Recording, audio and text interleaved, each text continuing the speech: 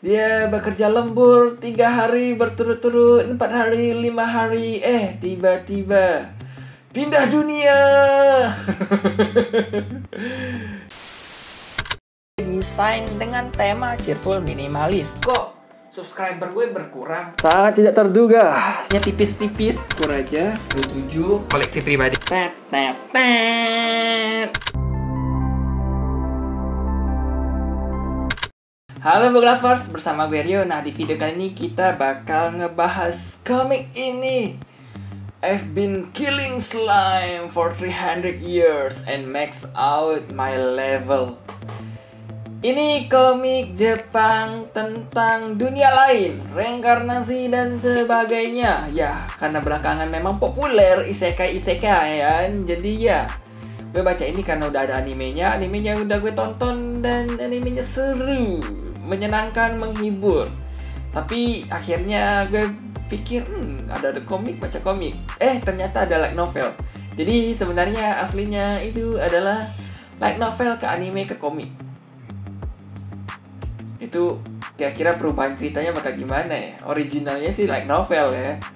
Di hasil akhirnya itu di komik. Hasil keduanya di anime. Ya, gitulah. Dan ya kita bahas. Suatu ketika seorang gadis bernama Azusa yang merupakan seorang pekerja kantoran korporasi gitu. Ya, karyawan lah. Dia bekerja lembur 3 hari berturut-turut, 4 hari, 5 hari, tiba-tiba pindah dunia. Dan gue mulai memperoleh sebuah jargon baru. Kerja lembur bagai kuda, tahu-tahu tak bernyawa. Ulang. Biar lebih menghayati. Kerja lembur bagai kuda, tanpa sadar tak bernyawa, pindah dunia. Ya, kurang lebih gitulah mendeskripsikan kisah hidupnya si Azusa. Dia berpindah dunia. Ya, ada orang tetangga kos. Dia berpindah dunia ke isekai, dunia baru, reinkarnasi menjadi seorang gadis penyihir. Dan inilah kisah hidupnya. Buku satu ini sangat seru. Volume 1 maksudnya. Seru banget. Lucu lebih tepatnya. Tentang keseharian, tentang kehidupan santai. Karena kehidupan sebelumnya itu dia work hard, workaholic, kerja, hustle. Akhirnya di kehidupan barunya aja lebih santai lah ya. Hidup damai di sebuah bukit, bertani kecil-kecilan, membunuh monster kecil-kecilan, belanja dikit. Pokoknya santai lah untuk memenuhi kebutuhan seperlunya. Nggak punya target ini itu, jadi ya jalani aja saat itu santai-santainya. Lebih banyak tidur, baring, jalan-jalan, duduk, ya kayak gitu, santai. Tapi di lain hal sisi dari kesantaiannya, komik ini juga menyisipkan isu-isu mental health. Dikit-dikit, tipis-tipis. Itu asumsi dan interpretasi gue. Ini lidah gue belakangan makin susah untuk menyebutkan kata yang cukup panjang. Jadi gitulah. Jadi secara interpretasi gue mengasumsikan kalau penulis berusaha untuk menyisipkan isu-isu kecil lah, dikit-dikit, tipis-tipis, tentang kesehatan mental, pikiran, dan sebagainya. Sebagai contoh itu ada tentang overthinking, di mana si tokoh utama Azusa ini selalu terbayang-bayang tentang masa lalunya yang ya buruk gitu loh.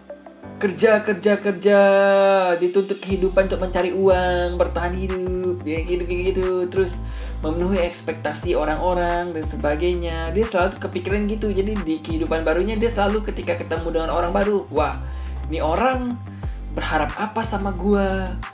Dia ingin gue melakukan apa? Apakah gue memenuhi ekspektasinya dan sebagainya. Jadi kayak gitulah. Ya, dia mencoba untuk berubah, memperbaiki diri, healing. Gue sebel banget dengan kata-kata dikit healing, atau wah kebetulan nih dia datang.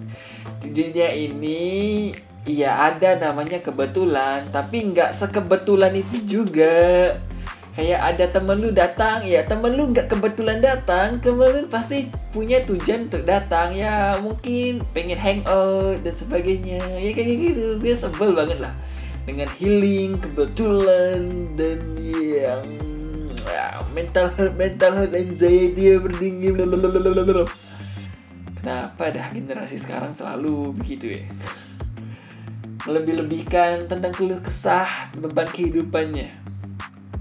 Ya gitulah. Pokoknya mengangkat sedikit banyak isu-isu kesehatan mental. Dan ada juga isu-isu sosial, di mana diceritakan kalau ada sebuah penduduk desa yang mengusir seseorang, kayak dihakimi masa gitu loh. Itu ya di Jepang kayaknya ada juga. Maksudnya dikucilkan. Dan di Jepang juga ada sebenarnya, ketika seseorang melakukan kesalahan terus masyarakat langsung menjudge orang tersebut selamanya.